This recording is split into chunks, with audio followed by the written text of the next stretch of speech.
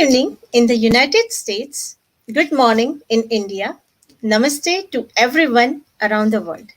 My name is Shri and I'm your host today. I would like to give our new viewers a quick introduction to the American Academy of Yoga and Meditation. AAYM is a non-profit organization which is dedicated to education and research in the field of yoga and meditation and promoting and spreading the philosophies of holistic healing. Through this webinar series, we hope to spread the amazing benefits that yoga and meditation have to people around the world.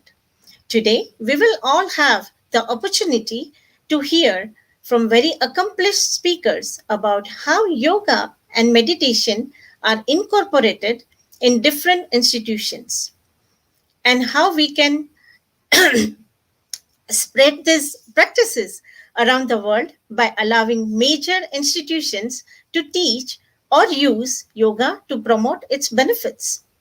Currently, institutions such as Harvard University have incorporated yoga into their curriculum as either electives or extra credits. In this webinar called Institutionalization of Yoga, we will listen to very esteemed speakers about how we can integrate the practices of yoga and meditation into modern society. Our first speaker is Professor Uday Kumarji, who is the director of Malavia National Institute of Technology in Jaipur. Welcome, Professor Uday Kumarji. Namaskar, namaskar. Namaskar. Our second speaker is Dr. Ram Krishna Pillai, who is the director of Chanakya International Institute of Leadership Studies in Mumbai University. Thank you so much for coming, Dr. Pillai. Our third speaker is Professor V.K. Tiwariji, who is the director of IIT Kharagpur. Welcome, Professor Tiwariji. Namaskar. Namaskar. Our fourth speaker is Shri Subodh Tiwariji, who is currently the CEO of Kaivalyadhāma Yoga Institute. Namaskar. Thank you so much for coming, Dr. Tiwariji. Our fifth speaker is Dr. Ravikant, who is the director of AIMS, Rishikesh. We really appreciate your presence, Dr. Kant. It is now my privilege to introduce our chairperson, Dr. Shri Srinath. Dr. Srinath is a president of Vayu University. He is also the vice chairman of Global Education at AAYM, the organization presenting this webinar series to all of you. Along with that, he is a professor at Case Western Reserve University. He has received many awards, including the Best Undergraduate Teaching Award and the NIH Research Career Award. It is a pleasure to have you all today. Once again, I would also like to welcome all our viewers around the world to this wonderful discussion, and I will now pass it on to Dr. Srinathji to lead this discussion. Thank you. Namaste.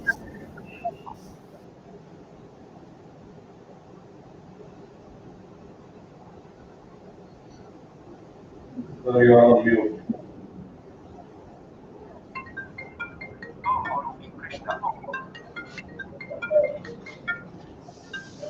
You are on mute.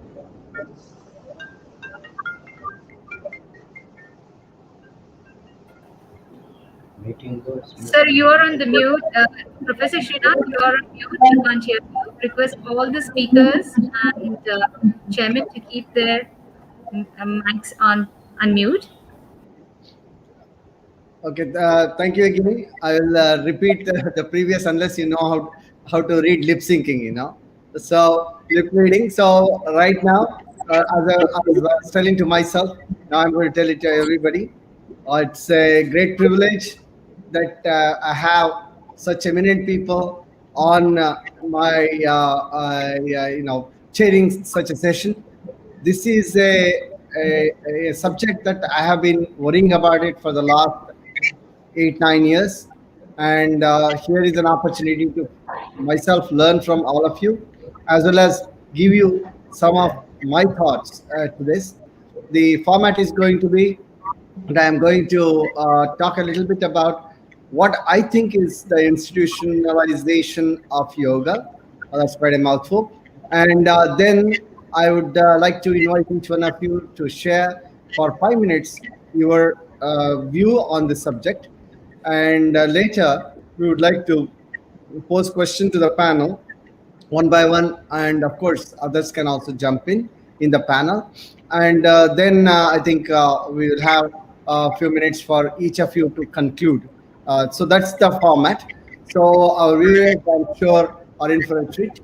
And let me begin by the classic way in which we begin some of these talks, saying what is the definition of institutionalization. Okay, the Webster's dictionary describes it as the action of establishing something as a convention or norm in an organization or culture. So that's what the institutionalization defines. Now, some of it may be contrary to the way we all experience and also have experienced or think about yoga. However, the topic is given to us like that. I think it's quite pretty complex and it's fun to think about this. So, what are the different institutions in the society that could benefit from yoga? That is one of the things that we need to be concerned about. Be it from the educational point of view, be it primary school, middle school, essentially in the US they say K through 12. Okay, and then of course the university itself. So going from if you look at the expansion of yoga, yoga started in a Gurukula system, right? In the Guru Shishya Parampara, in a kind of the lineage of the Guru. So from Gurukula, it went to Yoga Shalas. Okay, like for example, if you go at the beginning of last century, when T.T. Krishnamacharya ji, was started the Yoga Shalas, wherein lay public can go and visit and learn, and people from foreign countries came also. And technically, he was supposed to have innovated many techniques. In additional, he also was able to train a foreign lady in that, and that was quite a kind of different from what the society was. And going from Gurukulas to Yogashala to Yoga Vishwavidya Nilaya.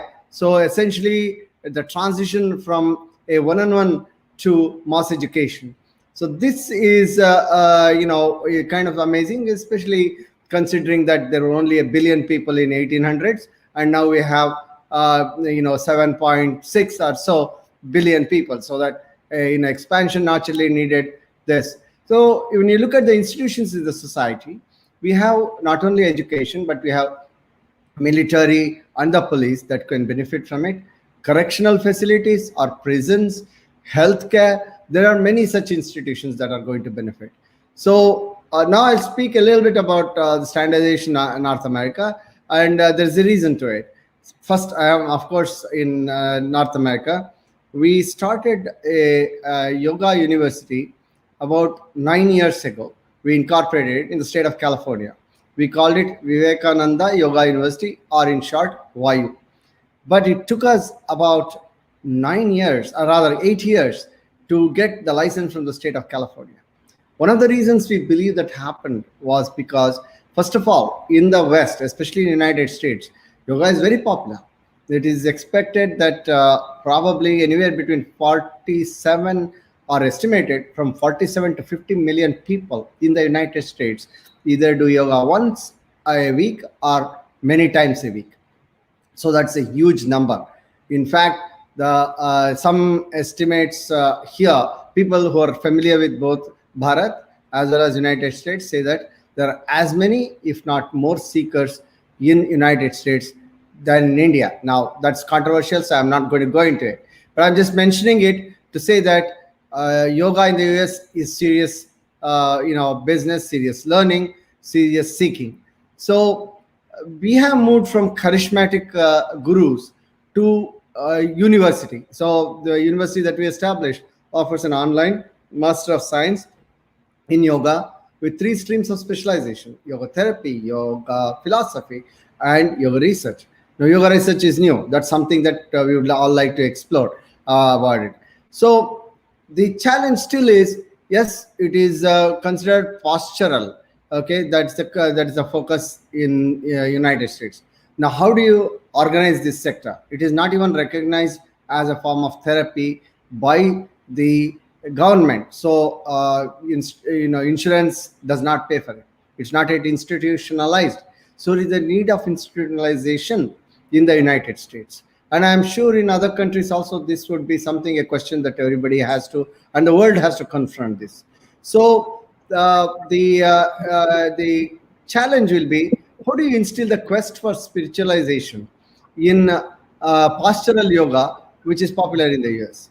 Okay, so at this point, I would like to stop, and I'd like to invite the first speaker, Professor VK Tiwari ji, who is the director of IIT Kharagpur. And let me quickly read his background. And Dr. Tiwari has been, his core research areas as well as being the director of IIT Kharagpur. His core research area is primarily what I would consider as automation in the agriculture sector: tractor system design, ergonomics. These are fun subjects. I, being my basic background being systems and industrial engineering, I salivate on these kinds of things, wherein you invent gadgets, invent approaches, methods to design something that's useful for the society. These key projects, Center of Excellence for Digital Farming Solutions for enhancing productivity using robots, drones, automatic guided vehicles, and these are some of the things that highlight his career. He's also leading several projects in Central Institute of Agriculture Engineering, in ICAR, Ministry of Agriculture and Farming Welfare. And he has been conferred with several awards and accolades by the Indian Society of Agriculture Engineers, Indian Society of Technical Education, National Research Development Corporation. Oh man, this goes on and on. He has won the ISAE gold medal, the Jawaharlal Nehru Award in the field of agriculture modernization. So I'd like to stop it here because it could run pages and take up the rest of the time. And Professor VK Tiwari, your opening statement, sir. Welcome. Thank you, Sunatji. It is very nice of you to have gone through that. First of all, I would like to thank the AAYM Vice President and President Indranil Vasuji and yourself for inviting me for this particular talk. Well, I think you have cut size my exactly the questions which I need to answer. As I have been in the automation system for the last 35, 40 years, the basic requirement of this automation has been because you know that this country has a vast number of people. And because of feeding the people from 1950 to this particular time, 75 years, the people have increased, but the land has decreased because of we require the land for other tasks, like the school, education, these, that, buildings, so many things. And that's why land has decreased. And since the land has decreased, we have to maximize. And therefore, it is essential that the machines have to be designed so that we can get 3 times output from the same land, which is simply not possible if you go by the manual. Moreover, people are not available for the manual task at the agricultural farm because of their other services work and all that. And therefore, automation is very, very important, and we had gone for that. And well, if you see that how yoga comes into that, I think yoga comes all the locations in automation you see here. When you talk of automation, you have to talk of machines, interaction of man with the machine. And the moment you talk of interaction of man with the machine, here you have to think of as to how to take care of the capabilities of the man so that the machine take care of this, and therefore the person will be in a position to optimize his output and tell exactly that yes, I have done my job to the fullest extent of my capability. And therefore, this is very important.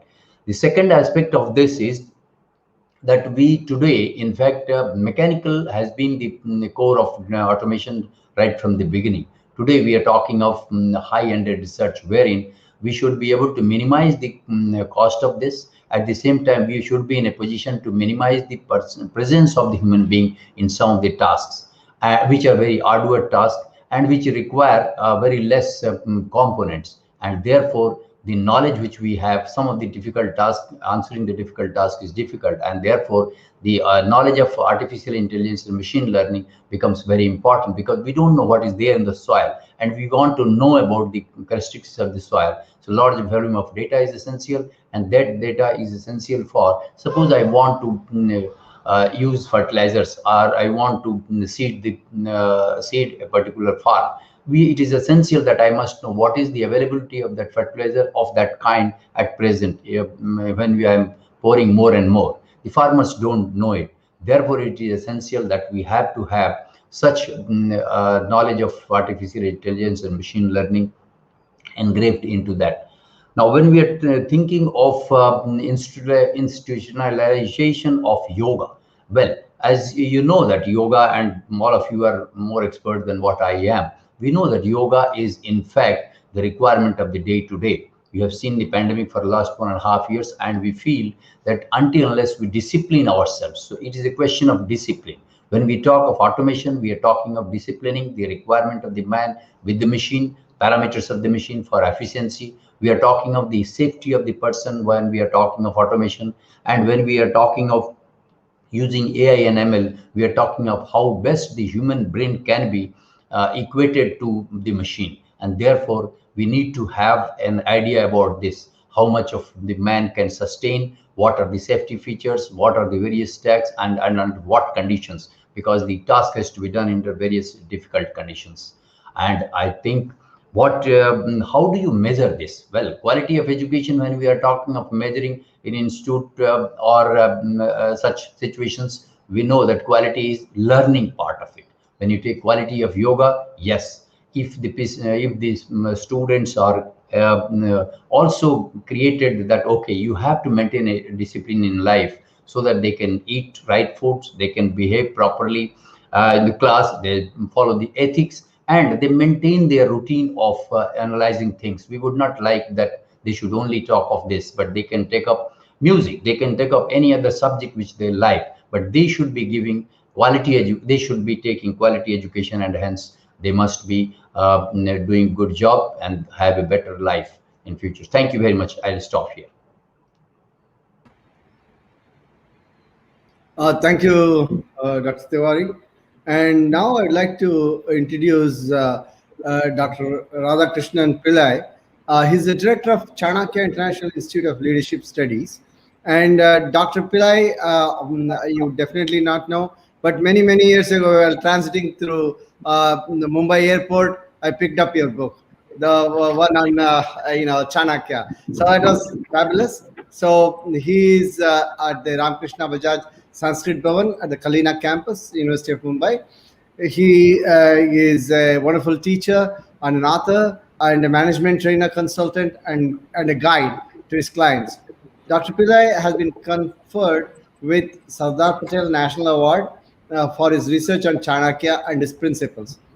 His first book, the one that I mentioned, The Corporate Chanakya, has created a record for the highest number of pre-release sales of any books. He has written 17 bestsellers, and I present to you Dr. Pillai.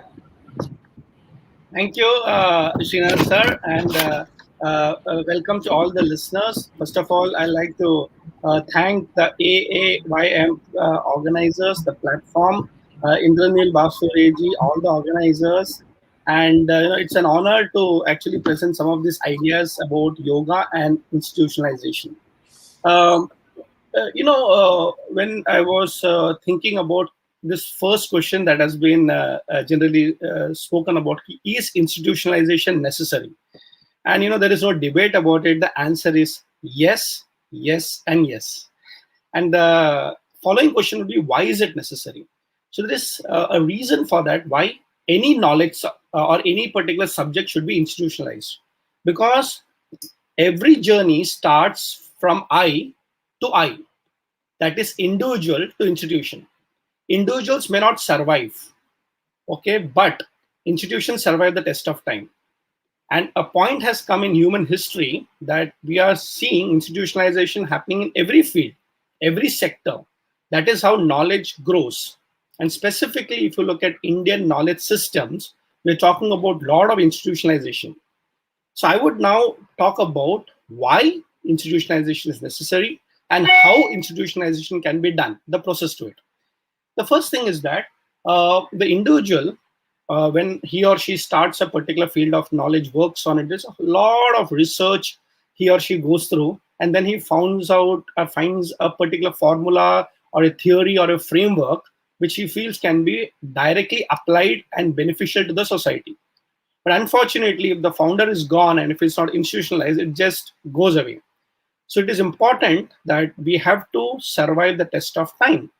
And interestingly, in India, our Rishi Parampara actually believed in institutionalization.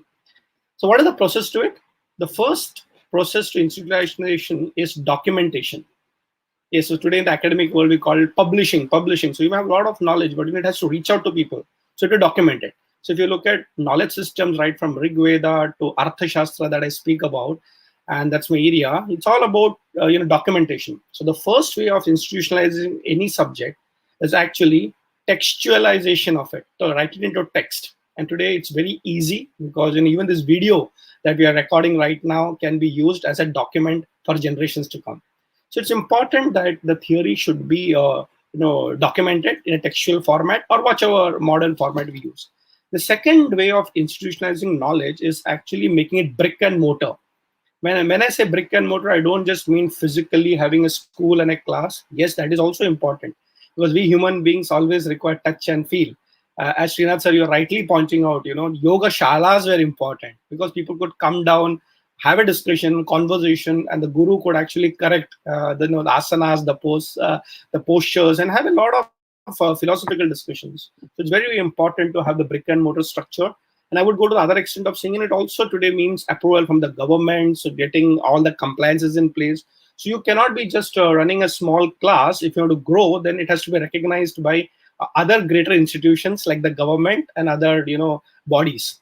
So first is textualization. Second is making it brick and mortar with a lot of compliances, so it becomes recognized by higher authorities. The third and the most important part of institutionalization is creating more people in that particular institution. Yes, so you require more and more practitioners, you require more and more teachers, you require more and more leaders. So as it is said in my field of leadership, Chanakya was a leadership guru. So he says, if you want to institutionalize something, you require leaders. So a leader is the one who creates more leaders. A teacher is the one who creates more teachers, not more students. So that's how it survives the test of time. How do I apply these three theories in the field of yoga? The good news is that all of them has been done. We need to just make it available at a global platform. As Srinath sir, you rightly pointed out, from maybe 1 billion people at one point of time, we were almost talking about 8 billion people. So we cannot have one institution. We require lots of institutions. So let me specifically talk about yoga as I'm opening out. So in the field of yoga, we have a text, Patanjali Yoga Sutra. I'm sure there were a lot of teachers before Patanjali and after Patanjali, but sometimes when you look at documentation in the form of sutras, they're eternal principles. So that's institutionalization. Today, still, every yoga school would refer to the standardization through Patanjali. The second one is brick and mortar. So I think at our university, at Mumbai University, or if you look at Kaivalyadhāma, we have Subodhi over here, and so many institutions.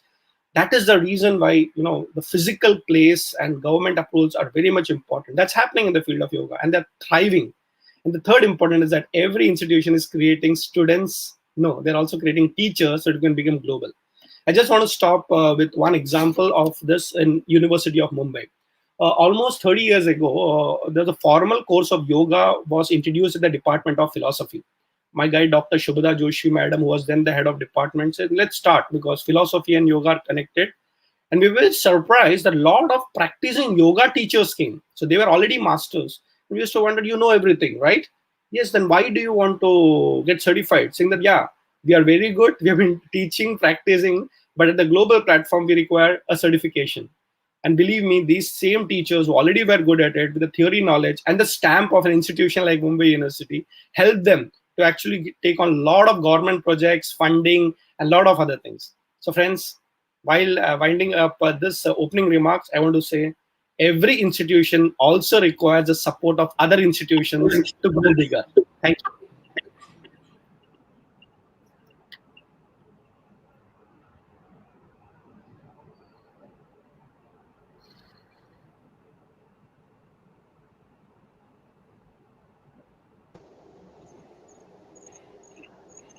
So as Srinath sir is coming down, just want to, uh, yeah, I think Professor Srinath is having some technical problem. Yeah. Yeah, I'm back here. Now I'd like to introduce Dr. Subodh Tiwari ji. Subodh ji is Kaivalyadhāma as far as we are concerned. He was born in Kaivalyadhāma. He is the CEO of Kaivalyadhāma and everything in between. Schooled in that from a very young age through his father, Shri O.P. Tiwari ji, and nurtured by Swami Digambar ji. And he decided to devote his life to Kaivalyadhāma way back in 1997. Over the last couple of decades, he has strengthened the foundation of Kaivalyadhāma Institute through the vision of the founder, coordinate the spiritual phenomena of yoga with modern science. And this is a very important bridge because till then, perhaps to a large extent, it was faith that was driving people, but now we say evidence. So, where is the evidence? Okay, that's and using scientific principles. Okay, this is something that commonly, in fact, in our ancient traditions in Bharat, we always had that, but now people refer to as, oh, this was Western. Yeah, fine. If it is Western, it is Western, but still, it is a scientific method. So, coordinating the spiritual phenomena of yoga with modern science, and he has served in various capacities. They are in policies, academics, research in the field of yoga under the GOI, Government of Maharashtra, and various university. I present to you Subodh Tiwari ji. My pranams to everyone here, my panelists, and to individuals who are listening. I thank the Association of Yoga and American Association of Yoga and Meditation to have organized this meaningful dialogue. The topic is very interesting. I come from Kaivalyadhāma Yoga Institution, established in 1924 by Swami Kuvalayanandaji. And this was a time when you saw a lot of, renaissance of yoga in modern times. Srinathji spoke of Sri Krishnamacharya. There were Swami Shivanandaji, all during those times, when this started. So during my 5 minutes I'll just try to open the remarks by saying that, I would refer to institutionalization in two ways. One is, of course, setting minimum standards to this, any subject or a science which is to be taken forward. And therefore, I think it's an appropriate thing to get yoga in an institutional platform or an institutional perspective, because that is what was done in 1924 here at Kaivalyadhāma. And it has very, very clear advantages. Even while you have an institution, you also are sure that you can still continue to maintain your own tradition and lineage. We can learn these examples from, say, a setup of schools of J. Krishnamurti, where they have adopted the regular certification, but at the same time, they maintain that essence of spirituality in whatever education they impart. Institutionalization gets qualitative enhancement because there are many minds working together. There are many people working together. And therefore, anything which is done collectively definitely comes up. Of course, at some point of time, we will discuss that at what level will it, function. It's a consultative process in an institution, and that I think is a very important thing, because many minds get innovative things ahead. And, there is a possibility of collaboration, because when institutions come up, they also build upon infrastructure. And then there are possibilities that this whole knowledge system can grow because of the collaborative effects of the institutions. For example, we speak of the importance of evidence-based research. And often I have been very insistent with the institution like Kaivalyadhāma that we should have multicentric studies and trials, and that when you have similar institutions across, you could take it much better. I remember an example right from 1940s. Shri spoke of Sri Krishnamacharya, and I remember, there were these pre-independence. It was the princely states which were supporting the individuals to get into an institutional mode. And in Mysore, the Maharaja of Mysore was a very, very good supporter of physical culture and yoga. But at that point of time, when Krishnamacharya started his yoga shala there, he was in the court. 1943, Maharaja wrote to Swami Kuvalayanandaji that, I would like our Yogacharya to visit Kaivalyadhāma because there is a lot of scientific work happening and I would like that exposure and intricate aspects of pranayam so that he gets exposure. So this is a typical example where the collaboration, sharing of knowledge it's possible because of the strength of institutionalization.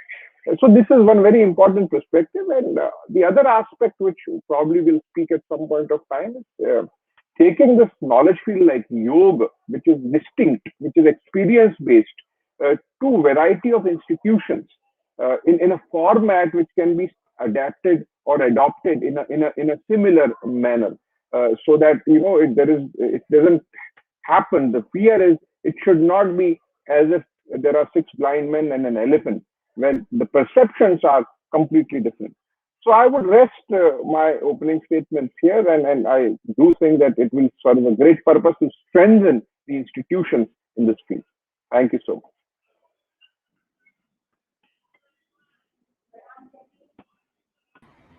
Thank you, Dr. Tiwari. And now we will move to yet another eminent personality, Professor Uday Kumar. And Professor Uday Kumar is the director of Malaviya National Institute of Technology at Jaipur.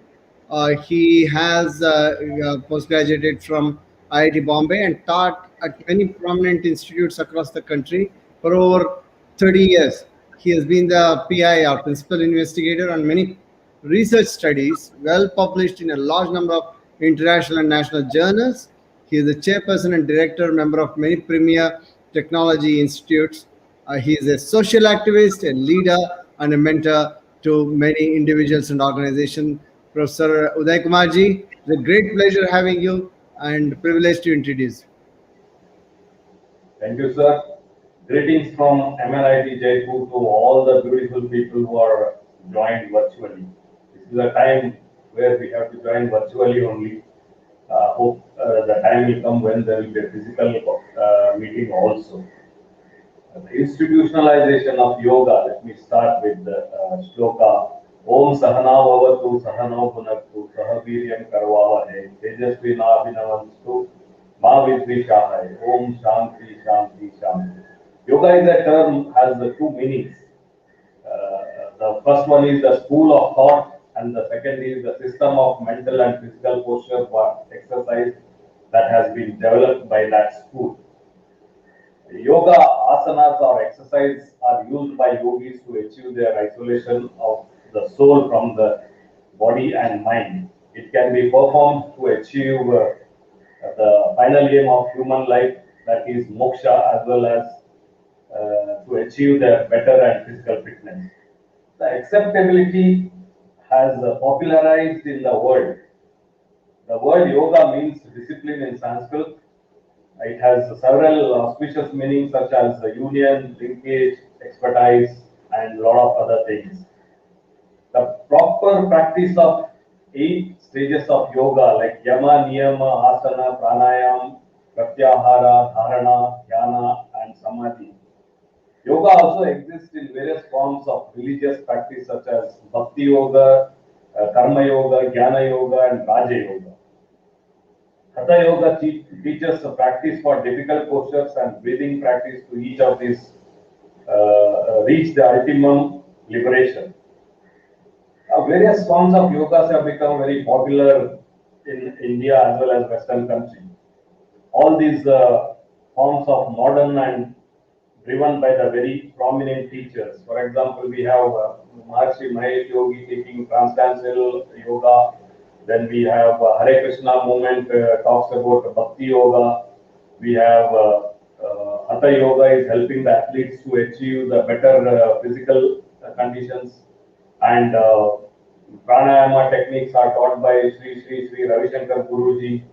All these people who have general practice asanas are copying the positions taught by DKS Iyengar and Baba Ramdev. Popularization makes the practice widely accepted. Institutionalization is required because there is a need for the proper teacher or guide in the large quantities. Also, to avoid the wrong practices, it will help in a proper study of the system. So, as discussed, the goal of yoga is not only the physical fitness, it is only the byproduct. The learning of ultimum truth requires proper study. Hence, the yoga requires a proper introduction in the syllabus and the curriculum and standardization. All popularity cults are exceptions, and exceptions cannot be the rules. Our beloved Prime Minister started this Fit India movement, which needs to focus on the introduction of teaching yoga and its discipline both in theory and practice in the educational institutes. Yoga is not as famous in India as it is in the Western world. They are more disciplined and rather more institutionalized than India. The neglect of the great system is because it was kept away from being institutionalization. If it would have been in the schools right from the beginning, the child would have understood what is the different system of soul, mind, and thought, which along with the physical fitness also it comes, it will be well, the child will be developed properly and there will be overall development of the system. I call Patanjali sage as the first institutionalization system started by him because he collected a lot of sutras from other places. So Patanjali's Yoga Sutra are the collection of sutras on theory and practice of yoga. I think there are something around about 195 completed in 400 BCE. We don't know when the origin of yoga is not known, but before Patanjali, there are many multiple discipline and practices of yoga. Yoga Sutras by Patanjali is first step to institutionalize the yoga to bring them to a one framework. Yoga tradition holds the Yoga Sutra of Patanjali to be one of the foundational texts of classic yoga philosophy. Patanjali begins his treatise by stating that purpose of his book in the first sutra, followed by the definition of word yoga in his second sutra of the book, Yoga Chitta Vritti Nirodha. Swami Vivekananda translates the sutra as yoga is a restraining the mind of stuff, chitta, from taking various forms, vritti. Yoga essentially consists of meditative practice, culminating in attaining the state of consciousness free from all modes of active or discursive thought, and eventually attaining the state where consciousness is unaware of any object external to the itself. That is only aware of its own nature as consciousness unmixed with any other object. Where Yoga Chitta Vritti Nirodha is yoga mastery envisaged unforeseen confluence.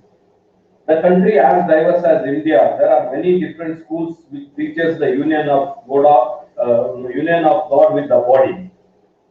Yoga is a stream of scientific methods of reuniting the soul with the spirit. Western countries have large temples but do not know how to unite with the God. Indian system has understanding of uniting with the God, but they are so away from the common man. Hence, The proper institutionalization and proper teaching methodology is required now. In the modern era in the last century has brought a lot of changes in the mankind. It has brought so much comforts in life, sharpness to the mind, and raised the concept of rationality. Scientific changes and the modern technology have brought change in the world view of the man. This has also a significant impact on our value system. Yoga symbolizing is conscious-based world view, love-based value system developed by our researchers, sages, gurus, what we call them, the professors of the institutional of yoga at that time, should emerge as a science of millennium.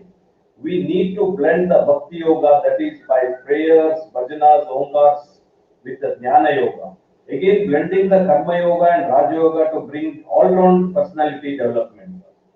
Distinguished thinkers and educationists of all the ages, of ancient sages of Upanishad to modern thinkers like Vivekananda, Krishnamurti, Aurobindo, even Dive, Gandhi have pointed out that education should cater to the whole man and should just not just to his intellectual development.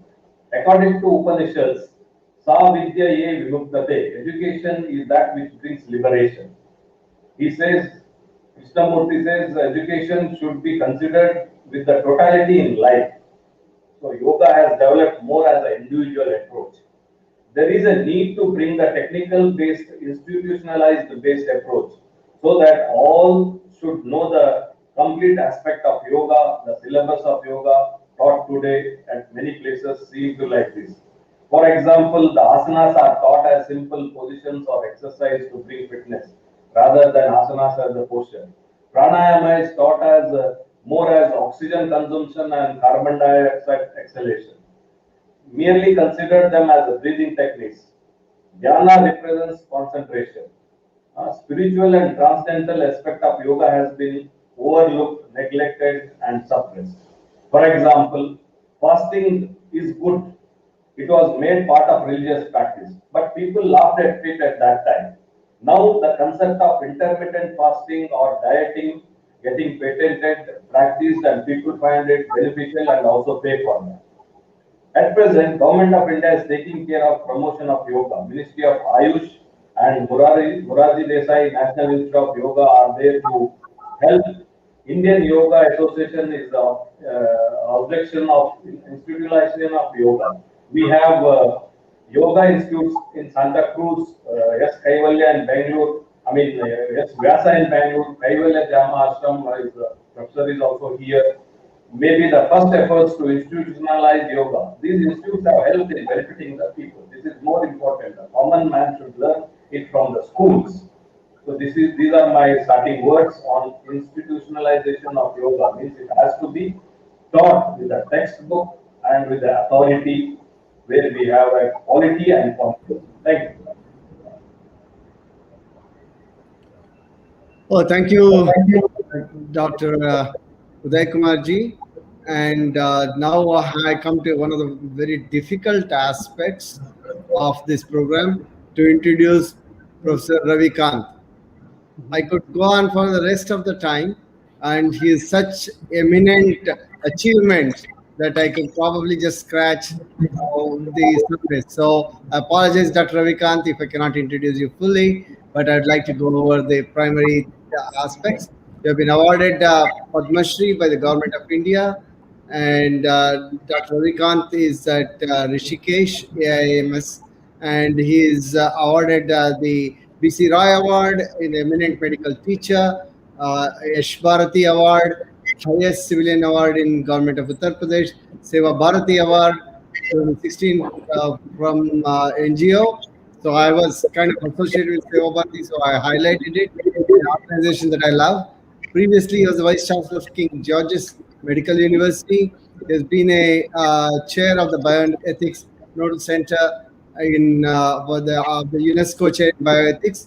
He's a visiting surgeon at Mayo Clinic, University of London, National Cancer Institute, National Cancer Institute in Japan, Milan, Northwestern University, and the University of Sydney, Australia.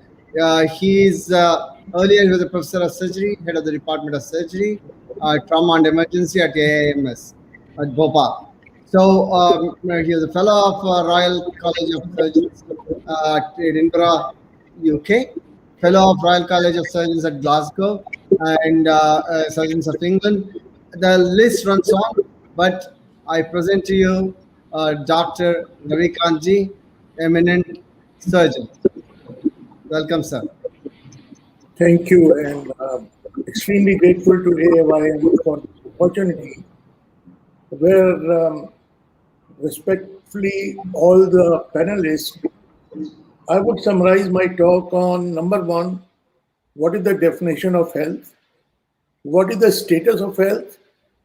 And in a Western world or in our allopathy, what do we accept and what we don't accept? So let me start with the health. Health is a definition includes physical, mental, social, and spiritual. So if all four components are not there, we consider a person to be unhealthy. So it is not merely a physical health. That is point one. Second, I would like to say about status today. The American data shows that minimum money required to be happy is $65,000 a year. But at the same time, if the money is more than $130,000 a year, then it does not increase your happiness anymore. So it means for physical health and social health, that may be one component, but that remains about others. I will come to point number two, that is status. What is the status of health today? Whether we talk of Unani, Chinese medicine, Egyptian medicine, Greek medicine, Roman medicine, allopathy, Ayurvedic, or anything, none of them can give all four components of health, that is physical, mental, social, and spiritual, to everyone. It means, including allopathy, there is a lacuna in each one of them. And as a scientist, we should be able to discern and say exactly what is the lacuna. And how do we discern? I think the first speaker wrote the correct, I would script, when he said textualization. I like that word exactly, that we have to textualize it, we have to document it. But which document is accepted in a modern world today when we see any paper? If we say breast cancer and we Google it, 37,000 articles will come up, and you will not be able to know what does it mean exactly, which one to read and which one to ignore. It means we have to have a strategy how to document and analyze. And I always, when I teach MBBS third year, fourth year, final year students, postgraduate students, I say, you've got 3 minutes. In 3 minutes, give me the answer, what is the correct strategy? And that answer is based on the new word is, or the buzzword is EPM. We call it evidence-based medicine, or the new word is POEM, which is patient-oriented evidence-based medicine. So what is this evidence-based medicine? Evidence-based medicine is when you are doing meta-analysis, when you're doing systematic review, when you're doing randomized controlled trials, when you are the trial which are others, like retrospective trial or case control trial, they are not of much weightage. And we give least importance, or almost amounting to 0, to an expert opinion. That we don't accept at all.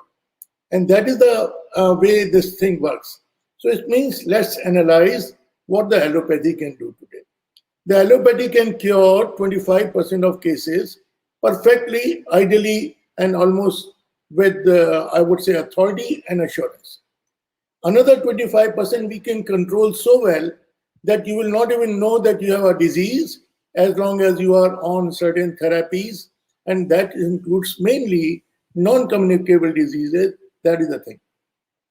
But there is another 25% where only the palliation can be given by allopathy, and it means there is some dignity of life is maintained without any extension of longevity. And remaining 25%, we are clueless in allopathy as to what to do, and we at that time we have actually no answer at all. And the best part of allopathy is honestly admit what they cannot do. Now, when we talk about NCD and when we talk about health again as a physical, mental, social, and spiritual, the best strategy will be not to come to hospital. That is the best strategy. And I would say prevention is the best way, because anything which has made by God, the human like allopathy or any pathy cannot cure them at all. So it has to be prevention is the best. Among the prevention, our strategy would be that we will utilize the yoga and lifestyle management to the maximum. That is where we will use. There will be only certain part of therapeutic thing where we can use any other pathy as far as my little knowledge goes. But yes, on prevention, the lifestyle management and the yoga has got a big role. Now, when these new All India Institute of Medical Sciences were put up, there was one strategy that whatever is happening in last 6,000 years, not only in India, but also in world, we must try to do the EBM strategy and find out what are the correct answers and incorporate them into mainstream as much as possible. And that is the reason there is a word nowadays called Ayush. Ayush is Ayurvedic, yoga, Unani, homeopathy, and all. Our strategy would be that every claim will be goal tested against the meta-analysis. Without meta-analysis, we will not even accept that anything will work. And that thing remains. And that is the thing that we have to be more of a scientist, we have to be less of a populist, and that remains the phenomenon. Thank you very much. Dhanyawad, Ravikantji. Thank you all for great starting speeches.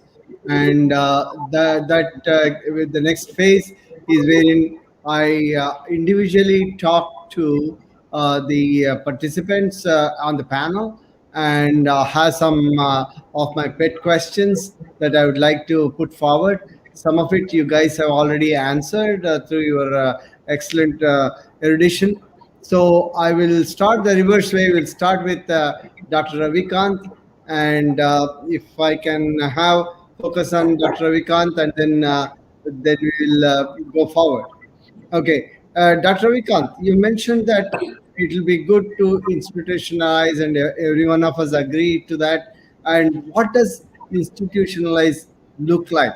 Does it look like a cluster, or does it look like pyramidical? Is it a central authority does that, or do you envision that it will be a whole series of stuff that is, whole series of institutions that may be working hand in hand, directly or indirectly? What do you think such advantages, disadvantages of a central authority versus a much more distributed? Because in the United States, the government refuses to take a stand. They say, okay, you guys organize, self-organize. All our accreditation institutions are really non-profit organizations providing that service, and there are many of them.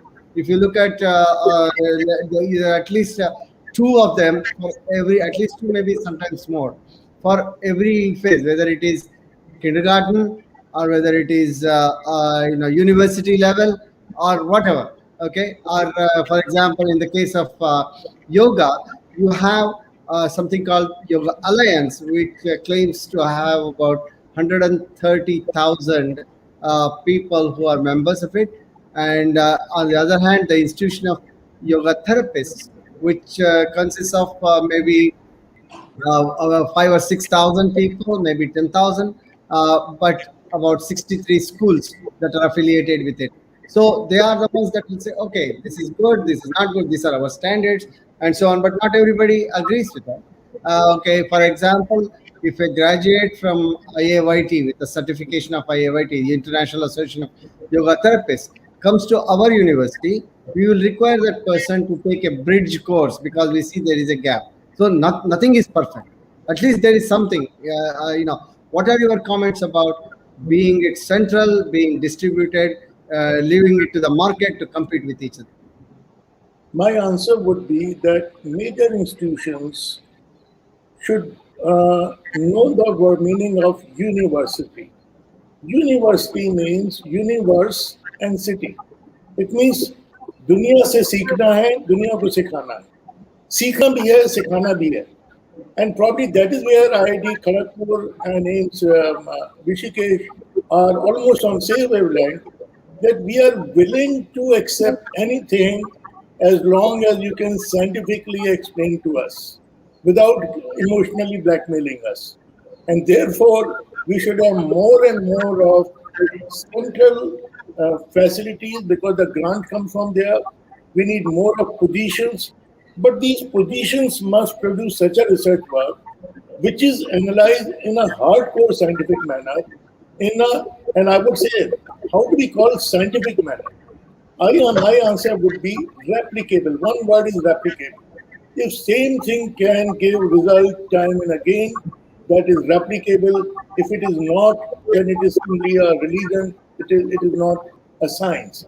And therefore, replicable model is the best model, which should be in not only hundreds, but thousands and more, so that the n number is correct, the confident index, the CI is correct, the hazard ratio is correct, the RR is correct, so that our modern way of analyzing, they must come good on that. Only then we would say incorporate as a standard. Till that time, we'll put them as experimental mode. Excellent. Thank you, Dr. Vikant. By the way, I was allocated 5 minutes for each one of you.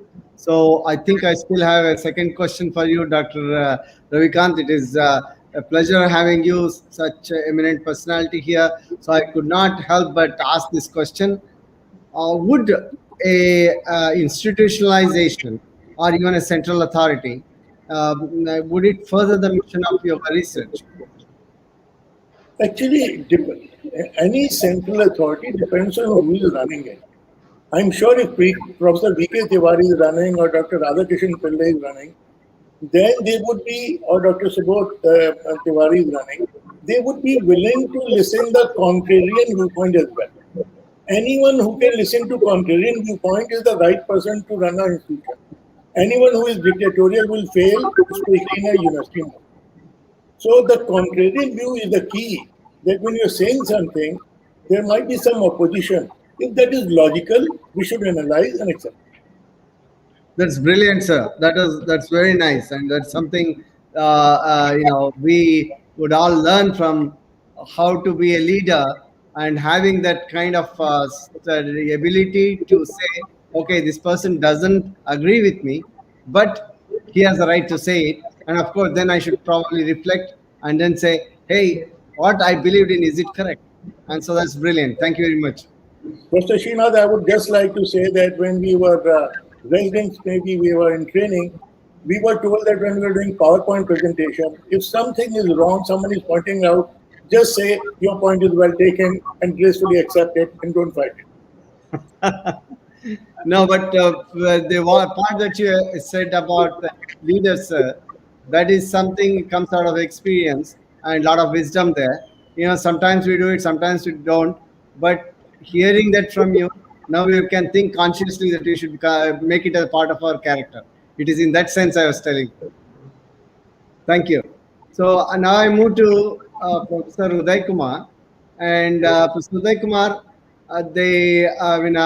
since I knew you are an activist, reading your background, so I'm going to pose this again. Is government intervention necessary in the institutionalization of yoga? Government can be anything. It can be in Bharat, it can be in the United Nations, it can be any other countries. Is it really necessary? Yes, sir. It is required. It is necessary. The present modern world students wants it that there has to be some stamp, government stamp on whatever they do. For example, Indian degrees, like even masters or BTech degrees, have been recognized worldwide. Even Ayurvedic, because after the Ayurvedic has been institutionalized, it's been recognized. Otherwise, it goes on any guru, but any guru, one guru may not like it. That's what I call Patanjali is the starting professor or researcher. He might have collected a lot of practices from different people saying that you are wrong and this is my correct version. In the sutras, if you read, he says, Mr. X has told this way, this is wrong. So now the government has to put a stamp on that. That is what our Prime Minister's idea also. It has to be institutionalized. Otherwise, if, see in my logo, you can see Karmasya Kaushalam. Yoga Karmasya Kaushalam. The work with the skill is the yoga. But if somebody asks why you are adding yoga into that, it has to be told what yoga is. Yoga is misunderstood in a lot of places. It is a way of life, it is a way of thinking, it's a mind, but who has to stamp it? So any government, whether it's Indian government or other governments, should say this is the syllabus, this is the text, this is what you have to learn. Above and other things, it becomes elective. I think some of the panelists was talking that it has to be elective course. Okay, let it be elective course, but it should be recognized. If it is recognized from the childhood, the child will benefit more. Well-beingness, postures, thinking, and the positive thinking, he will understand what is wrong, what is right, and how to live. His mind will be free, and his personality development will be there if it is from the childhood, from the schools. It should not be taught as a PT, physical training. It has to be taught as a textbook. Then only, see, that's what the why the other sages or other people used to visit India at that time, even from China to learn yoga. Even take for example of the Buddha. Buddha has moved into a lot of places while walking. He used to think whether this posture is good, that is good. Then he got into that. Buddha form of meditation, breathing technologies. As I told, breathing is just taking in oxygen and laying out carbon dioxide. It is not that. It is energizing your whole body with the nervous system, mind, and soul. So it is required. A stamp, government stamp is required, and it is very good of the American Yoga Academy to start this debate first time. And I have not heard any debate whether yoga should be institutionalized or because some of the NITs and IITs they have their own, they are all autonomous, they can start their things. It is a brand name of NITs and IITs and other institutes where other institutes recognize. But if somebody else starts, they won't recognize. So there is a requirement of the government ceiling on that. Okay. But in certain countries like where I am in the United States, the government intervention is anathema to the individuals. And so they would not like the government to intervene too much. They love their freedom too much. So that has kind of penetrated to the level wherein now you have, the other day we were counting that there are at least 19 different yoga traditions that are there in the United States. Whether you call it heart yoga, power yoga, art of living, Isha, Shambhavi, so on and so on. And of course, everybody believes that this is the best. So in such a case, then how could a government decide which is the best? Or what kind of skills do we need to develop to compare them? For example, at some level, each one of them, if I see, when you say Eka Sat Vipra Bodha Vadanti, so if you take that approach, say all roads will lead to Rishikesh, let us say. Okay, so in that situation, then how can government take a stand on what's right and what's not? Can I? Yes, please. Sahavidya Vimuktate is the same thing, sir. That's what I am telling. There are a lot of practitioners, gurus. These are all exceptions, and exceptions cannot be the rule.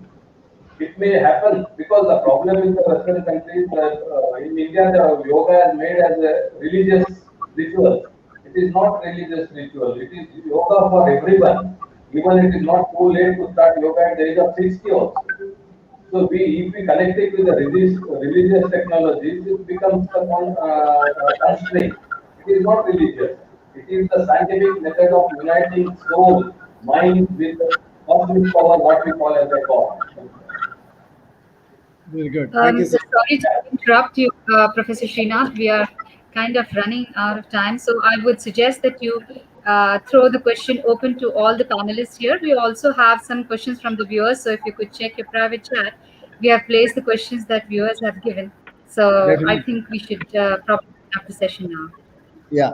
So the question that I just threw with regard to the government and especially I mean Kaivalyadhāma has such a tradition that it is just as an institution is 100 years old, but traditions probably run to 1,000 years or more.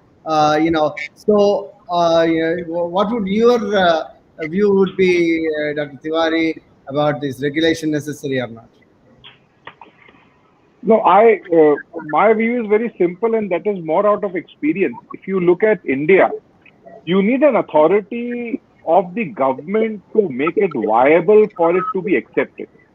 So you take Medical Council of India, which has been approved and as a bill in the parliament. You take Bar Council of India. You take AICT for technical education. You take NCT for teachers education. So all these councils which are actually certifying the professionals need to be backed up by an authority.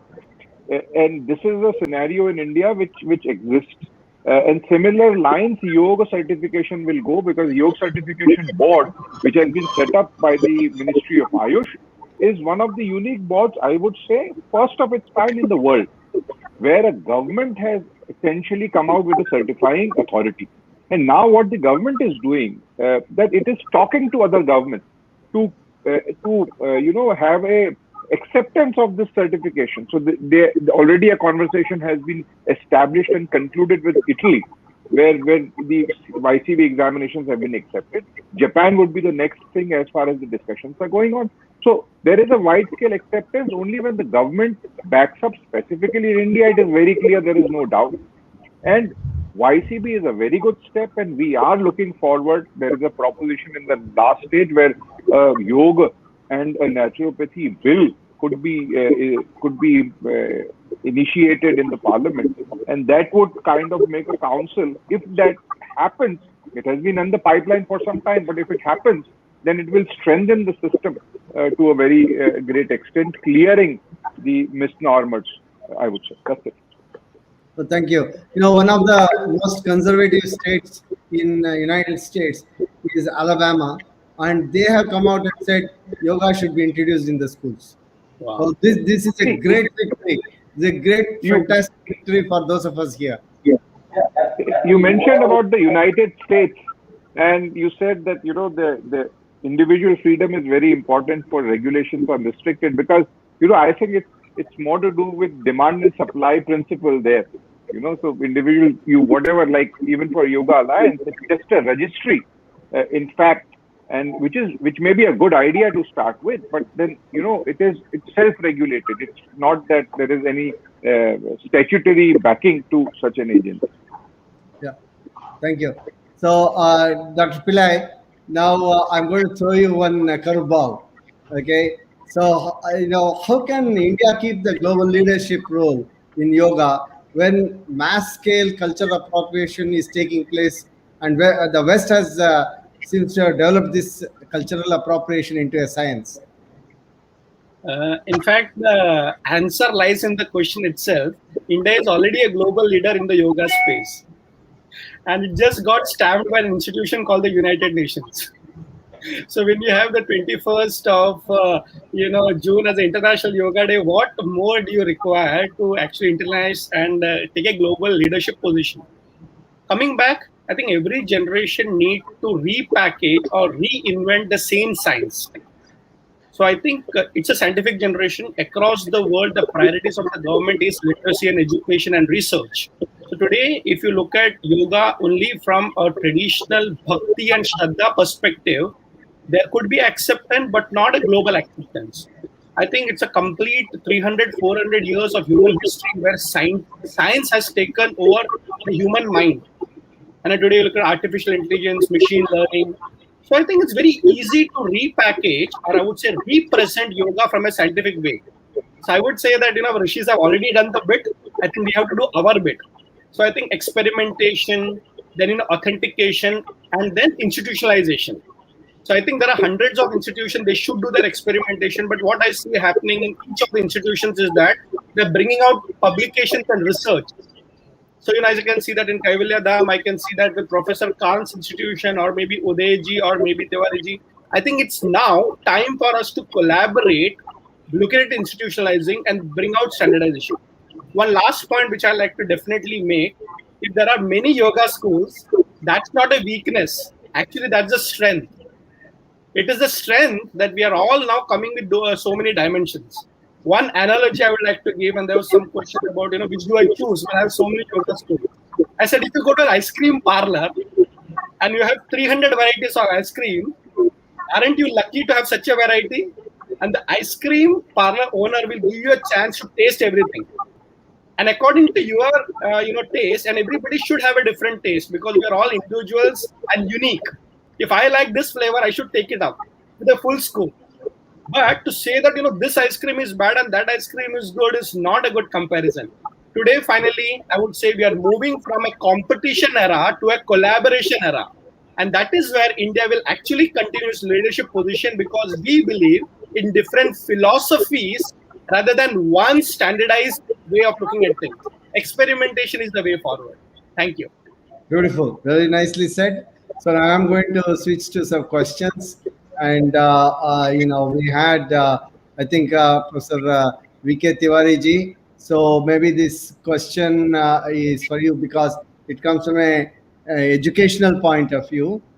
Here, the similar thing what Dr. Pillai was talking about, different schools and so on. But the question from the audience is that if they have to take the YCB exam every 2 years, is it recognized internationally? And the follow-up question is does IIT offer yoga as an elective or minor credits? Yeah, first of all, I should be very candid in saying that no, there is no course offered so far. But I can tell you right from 2015, when this was declared, 21st June was declared Yoga Day, there has been regular practice of yoga in our first year. We have NSCC, NSO, and during that NSO, we admitted that. Even the schools around here, we have said that at least there should be practice of this, and let the boys, young boys and people understand what is the merit of this, how it allows you to concentrate on your studies. And in addition to that, I would say that indirectly we have introduced this by, we have a Center of Excellence of Classical and Folk Arts. There we have given a credit course where the students can go and take that course instead of any other course of mathematics or philosophy or any machine design. They can take that course and still get credit for that, because we believe that if he thinks for that, many of his problems, lots of problems, they will be able to solve that. And accordingly, we have also a center of happiness. There also we talk of this and mingling this yoga along with how you intelligently think and how to solve your problems and how to think pragmatically and with a positive frame of mind. So I think we have indirectly introduced this, not a direct course like this, but yes, it has been put in that way. Thank you very much. Okay, now I want to throw the next question I'll pick up from the audience, and I will want to throw it open to the panel. Anybody who has views on this, definitely please express it. More contrary, the better it is. More controversial, the fun it is. Okay, there are, this has kind of been answered, but nonetheless, I'll throw it this question. There are many different styles of yoga in the world. What do you think we need to retain the essence of true yoga? What should be done? Should India be the one who regulates and says we brand this or these characteristics as the real yoga, or what's the way forward? Why not? We have several universities here. We are doing it. There are university yoga, I know, and Ayush ministry is already there. There is yoga in that. I think we have at IIT Kharagpur. We are going to start from this year medical school, and there we are going to integrate this part of it through say music and all that in the surgery, etc. when they do. So I think why not? We should take this because we are the first. We said that let there be International Yoga Day, and therefore we should keep this stamp. I would say like that. If I may, I think this positioning. What I would agree with what Professor Ravikant said. It's a system of the whole universe probably coming together for learning and growing. So I would not say that we have to be very careful when yoga is looked as a spiritual domain. What Patanjali says, yoga samadhau.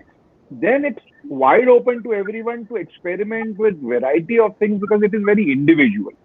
When we look at taking yoga as a formatted subject for, say, teachers training or for yoga as therapy, then there is a great need to ensure the qualitative aspect and standardization of yoga, because then that is very big, important.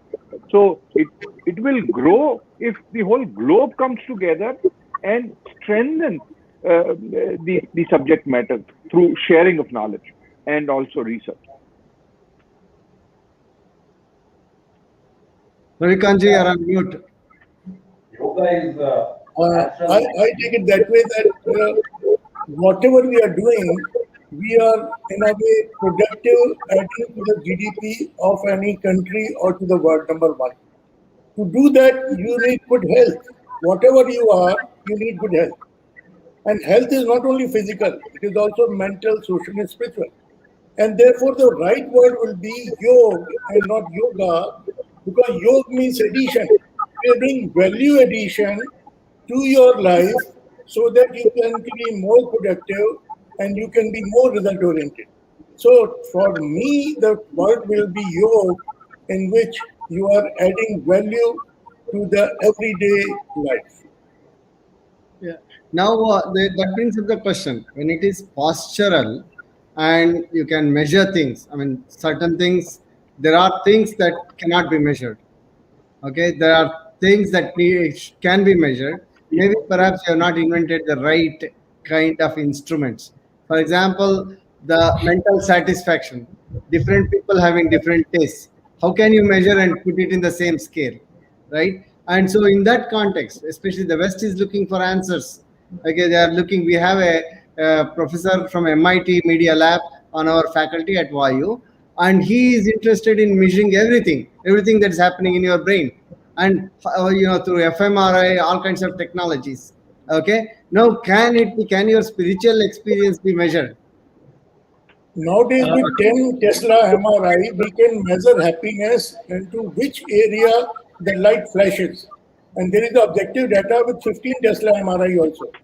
So, although clinically we are using only 3 Tesla, it means we need more of hardcore science from IITs and from other MNITs and other things, which will objectify the data, what you're saying.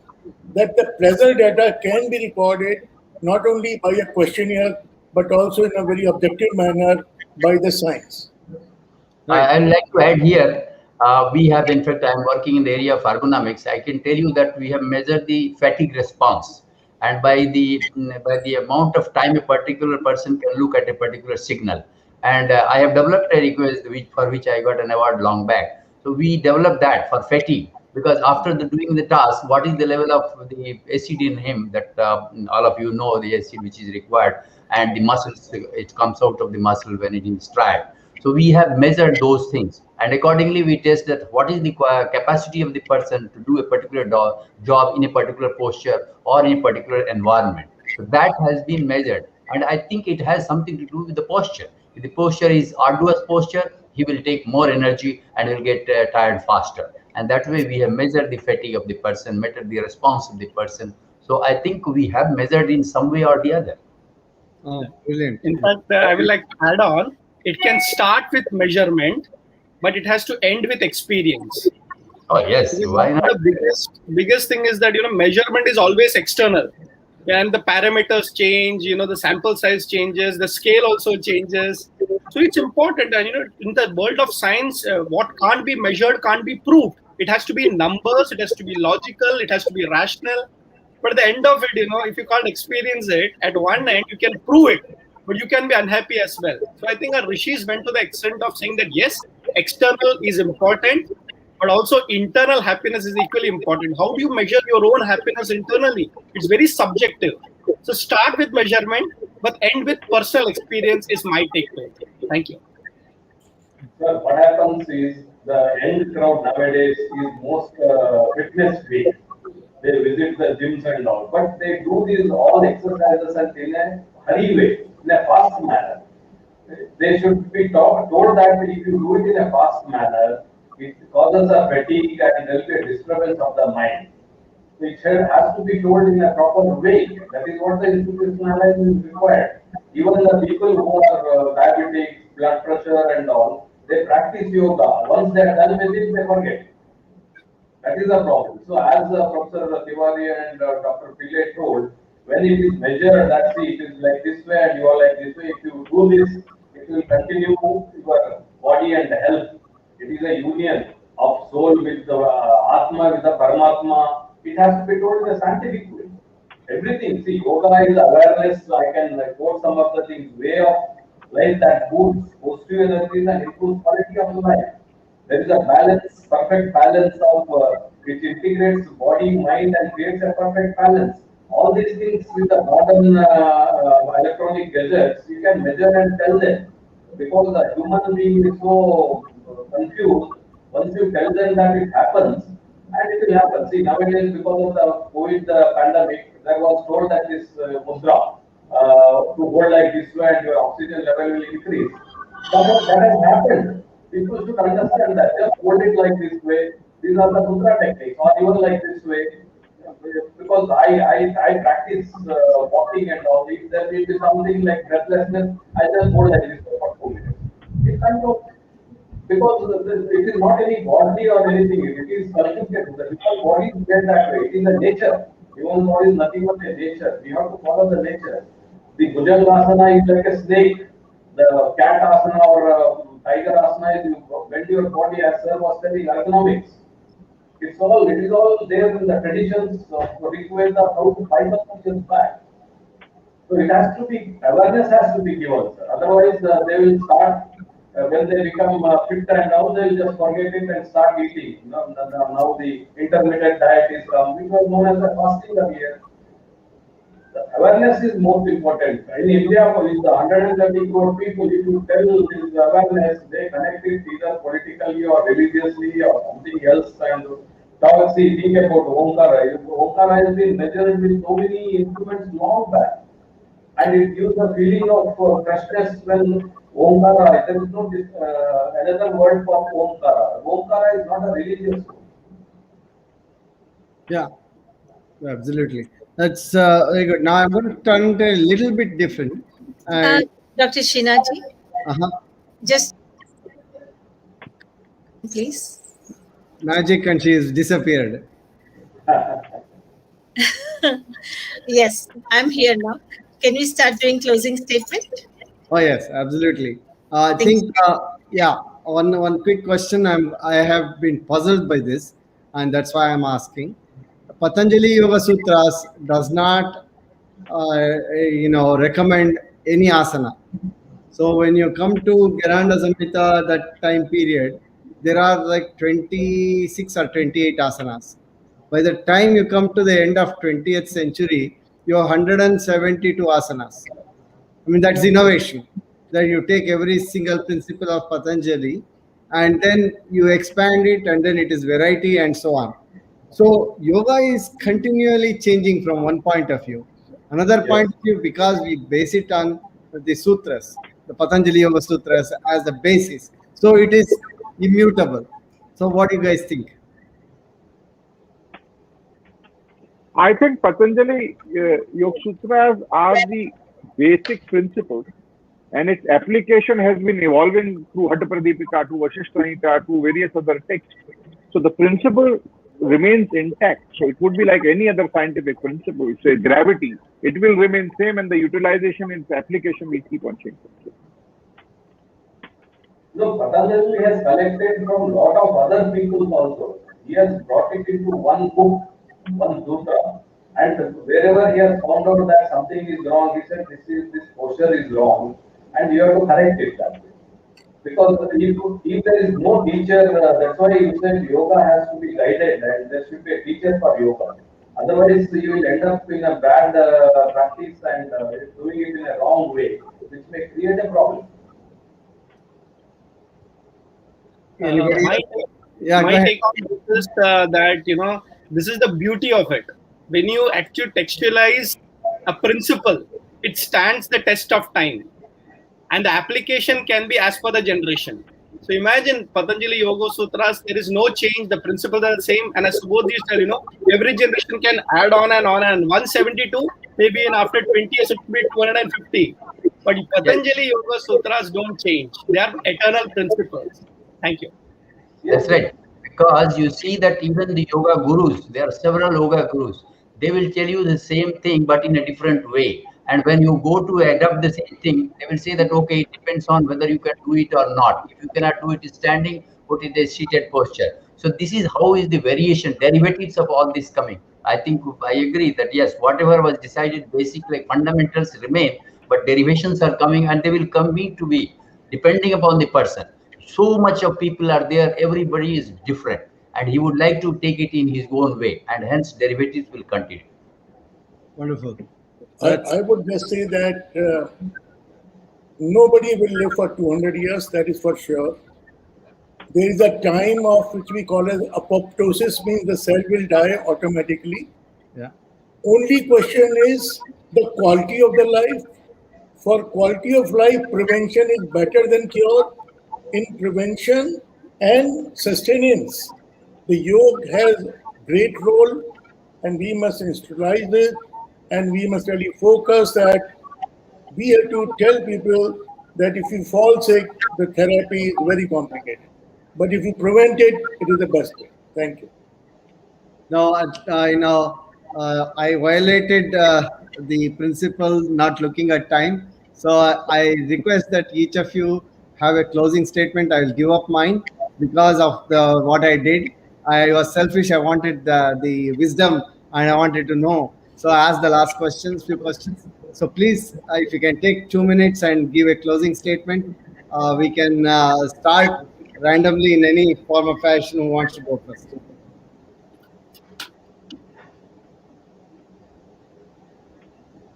I have spoken. Okay, so let me take the privilege of the first for the last. Okay, I would say that yoga is not ancient, yoga is eternal. Yoga is not ancient. Of course, we have the ancient methodologies and I think, but the principles are eternal, and all of us, which includes all institutional builders over here, to make sure that we pass it on in a better way to the future generations. And I just want to quote Swami Chinmayanandaji, a spiritual guru. He said, "What you have is God's gift to you, and what you do with what you have is your gift to God." So I think we got this treasure of yoga. We have a responsibility to take it forward to the next generation. Thank you. Yes, I can just add to this that see, it is very essential. This yoga means having discipline in your life in whatever way you are, whether you are in a corporate life, in a administrative position, or in a business life. You need discipline on yourself, and discipline on a person is yoga. You will have to have a mind, and you have to have your body in sync with your soul. That means what you think correct, you should be doing that. And that is what yoga for me it means. Thank you. In my, there are a lot of things. See, yoga means uniting individual soul, Jivatma, with the universal soul, Paramatma.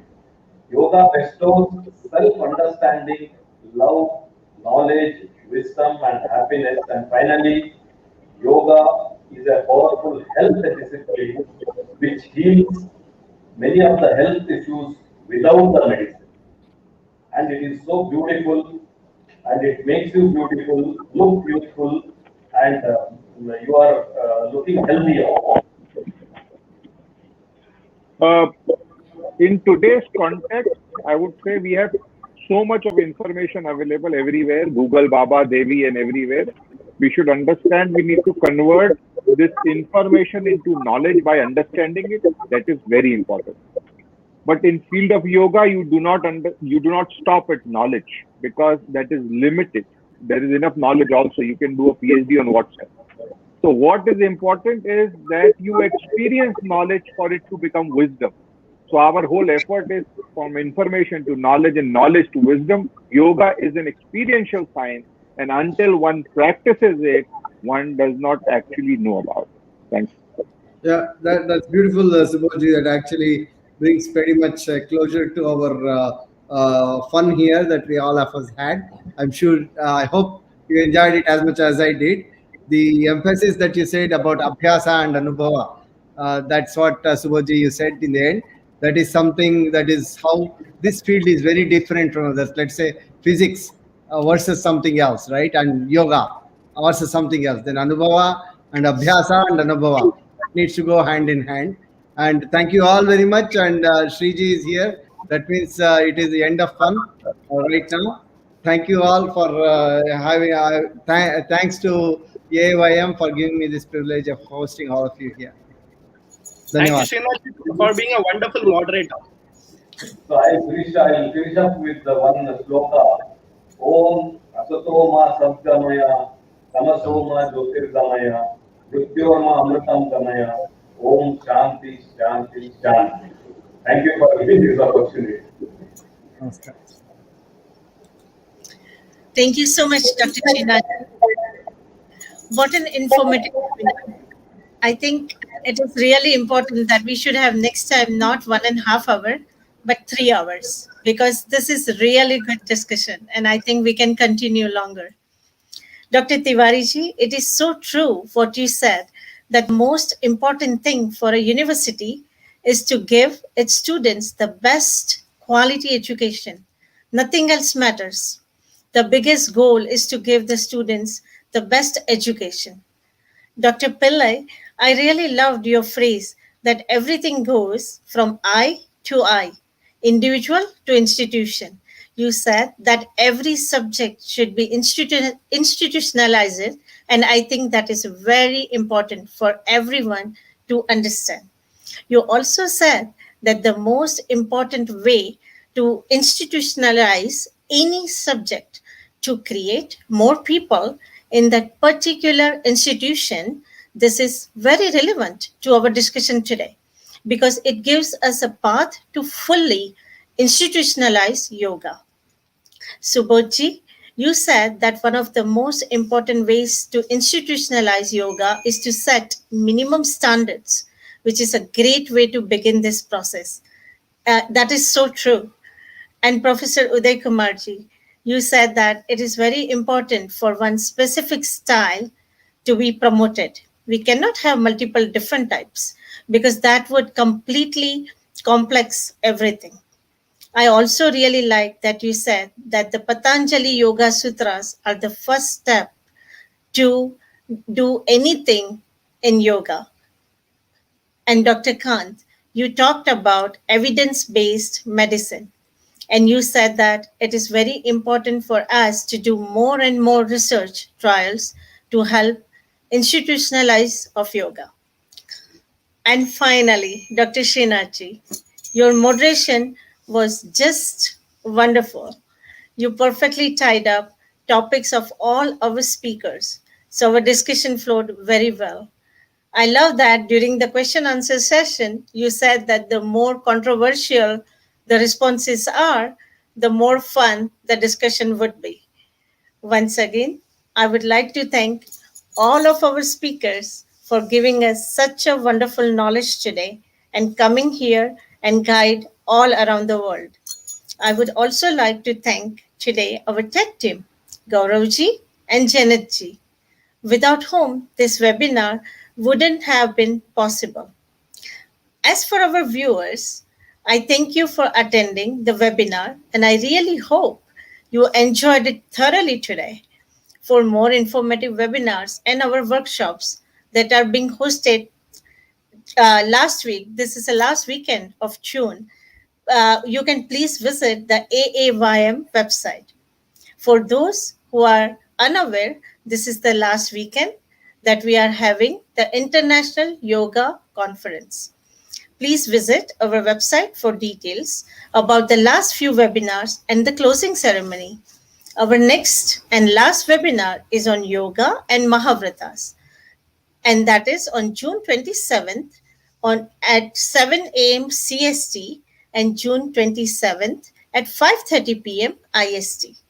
However, although this is the last weekend of the International Yoga Conference, Please stay tuned for many more great events hosted by the American Academy of Yoga and Meditation, where we all have great speakers who will give us more wonderful and informative sessions.